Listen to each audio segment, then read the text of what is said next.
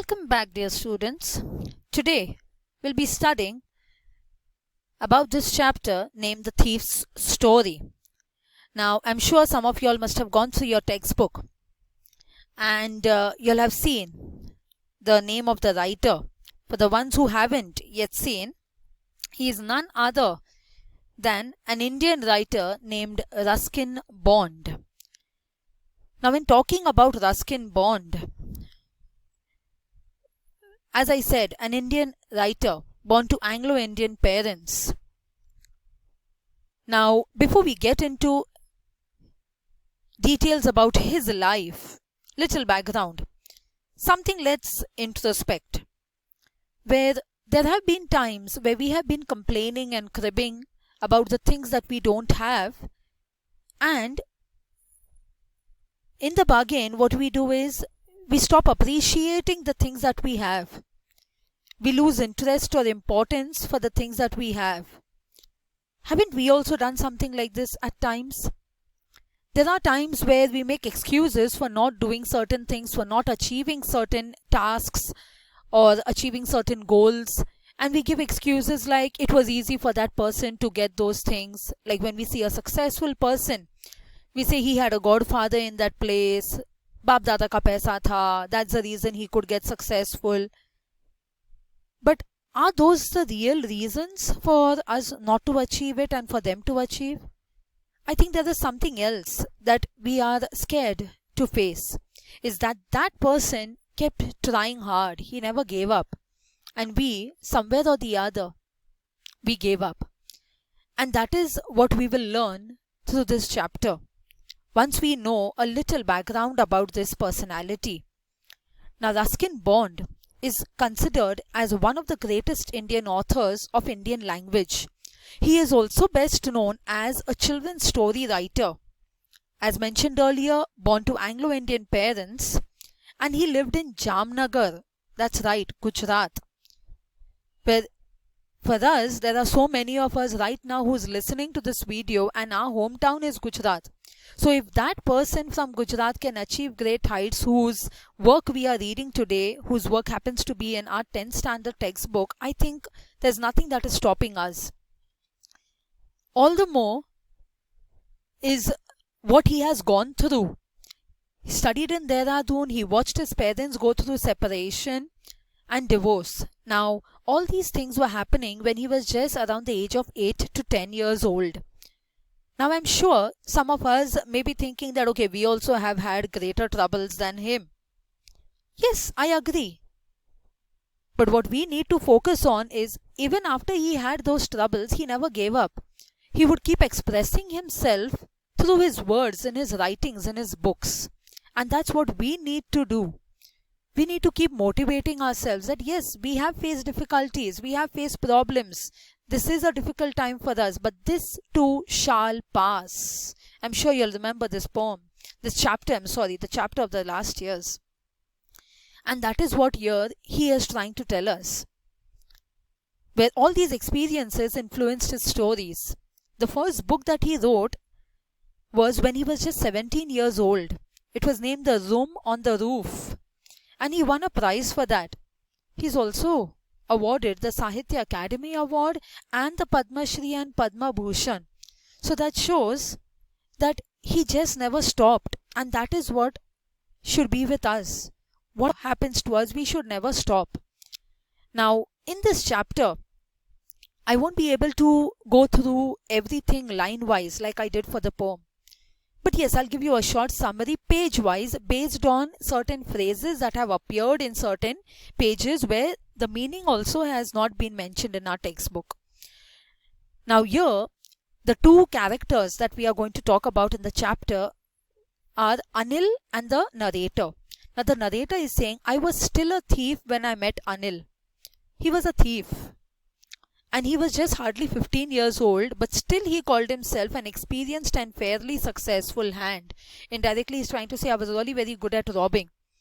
And just 15-year-old boy, almost around your age. Whereas Anil was a 25-year-old man, a tall, lean fellow, lean, thin fellow who looked rich, innocent, kind, simple. The moment the narrator saw him, he said, this person will fit my purpose. Now, what was the narrator's purpose? To rob him. It would be easy to fool this person. That is what the narrator thought. And he went towards him. Now, when he went, he approached Anil. Anil was watching a wrestling match. I know in the photograph you all can see that it's a football soccer match. I wasn't getting any picture with a wrestling match, but you all got the point. And he was totally engrossed in it. Now, the narrator had to get Anil's attention. So he looked at him and he said, you look a bit of a wrestler yourself. Now imagine you are praising a person who is really thin. How do you expect a wrestler to be? Nice hatta-katta type person with muscles and stuff. Here, Anil was a very lean man. Now when Anil heard this, the narrator was obviously flattering him. Now flattery is what we call in Mumbai ka language, chane ke jhaad pe chadha raha tha. Now when Anil heard this, he looked at the boy, at the narrator, and he said, so do you. Now when the narrator heard this, he was discouraged a little bit.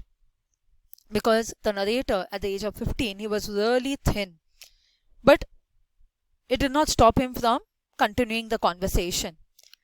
But then Anil asked him about his name. He told him a fake name. He said his name was Hari Singh.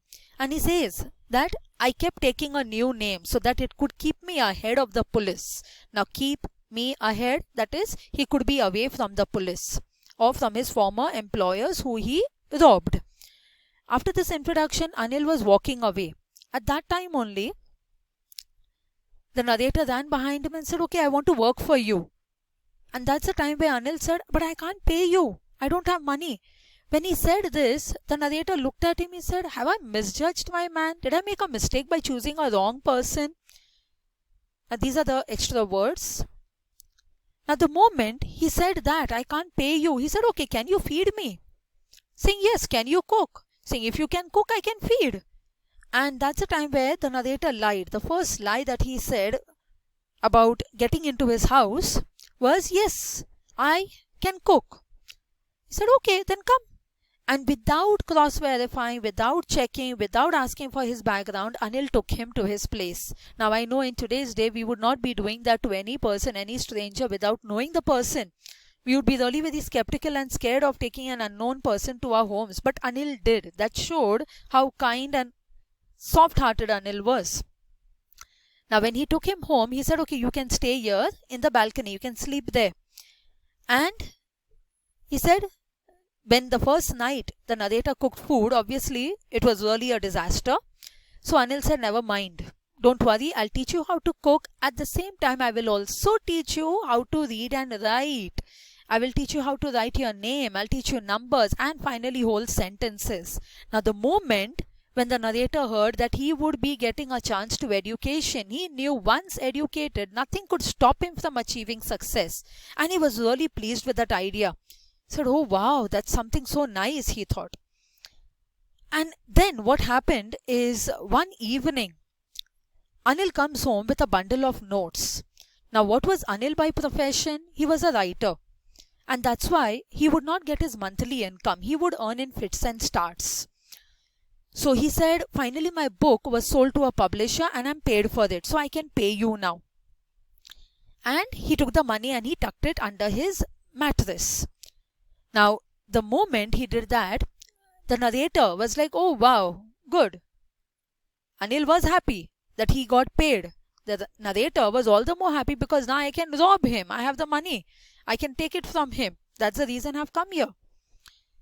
And then he said, and it's going to be okay, because he called Anil a careless man. Because he felt Anil was so careless that he did not even notice the narrator robbing him of 1 or 2 rupee whenever the Anil had given him money to buy grocery. Now Anil has obviously noticed, but he didn't make it a big show. He did not point it out. Whereas the narrator felt that Anil did not notice. So that's the time where the narrator felt, I need to take this money from him. I need to rob it because otherwise he'll waste it on his friends. And then I can enjoy my life with that money. So when Anil was fast asleep, he went into his room, tucked his hand under the mattress and he took out the bundle of notes. He said, now I take this money, I can board the 10:30 Lucknow Express. I can just run away from here and would never be caught. That's the best thing. So, and that's what he did. He just took the money and he ran out of the house towards the station. As he reached the station, he saw the train was already in. And he started thinking that, oh wow, I just need to board and I'm away from here. But something happened where he felt reluctant. He was hesitant. He did not board. He started thinking that, okay, I take the train, I board the train, I'm off from here, no one catches me. But what about reading and writing? What about the whole sentences? What about writing my name? I won't be able to do that. And how can I even do such a thing to a person who trusted me? This shows that though the narrator has been robbing for past so many years, he had his conscience alive. He was feeling guilty. And that's where he decided to return. He turned back to walk back to Anil's home because he said, I don't know anyone else here and I need to go back there. Now, as he went, he was walking, he reached a Maidan and it was almost around midnight. It started drizzling. He said, I need to rush back home there and keep the money before Anil gets up. Now, as he rushed back home, he went, kept the money under the mattress and quietly went to the balcony and went off to sleep. Next morning when he woke up, he saw Anil had the bundle of notes in his hand and he was standing in front of him, holding a 50 rupee note in between his fingers. Now the moment he saw this, the narrator thought, oh my God, he has caught me. Now he's going to call the cops and I will be put behind bars. But rather, what Anil did was he gave him the money and he said, this is for you. Because now I have money, I earned some money after selling my book, so I can pay you. And we will also from today start learning to read and write. Now the moment he heard that, he felt like as if a sigh of relief. His spirits rose, like thank God he did not realize that I took out the money the previous night. Now the moment the narrator held the note, he felt it was damp. Damp as a little slight wet, as it got wet the previous night. Saying, how is it possible that Anil did not notice it? I'm holding one note and I realized, and Anil has the whole bundle. He didn't. Obviously, he understood it. But Anil still did not call the cops. And knowing this, the narrator realized that this man has actually given me a second chance. And that's when a smile lit up on the narrator's face. And this time it was a most genuine smile. Not that fake smile what he gave in the start or to anyone whenever he wanted to rob or cheat them. And that is what we learn, children, from this chapter. Not about the thief, not about his background or anything like that. Not about where Anil was staying or what kind of house. But most important, about human values. That is what we learn. Where Anil knew that, okay, he robbed. Anil knew that he is just lying to me that he cooked. Anil knew that he is just flattering me that I look like a wrestler. But Anil also knew this, that he is a small little child who actually needs someone to help him. The relationship that they both shared, even though he did not know the narrator, he still gave him a room, a place under his roof. He gave him a chance. And that is what we also sometimes need, a second chance. There are many times where we have made mistakes and we want people to forgive us and just trust us again. I think it's about time that we start doing that. We give people a second chance. And that's what Anil gave the narrator. And the narrator really valued it. Showing honesty. Now, I'm sure after all these things, do you think that the narrator would rob Anil again? Definitely not. And all this is why? Because Anil showed kindness. And that's what we need to show, children. To everyone who we come across, try to be kind. You never know how your words can hurt, make or break a person's heart. Be kind, spread kindness. And that is what we learn about in this chapter, The Thief's Story. Thank you, dear students. Have a great day. Take care. Stay safe.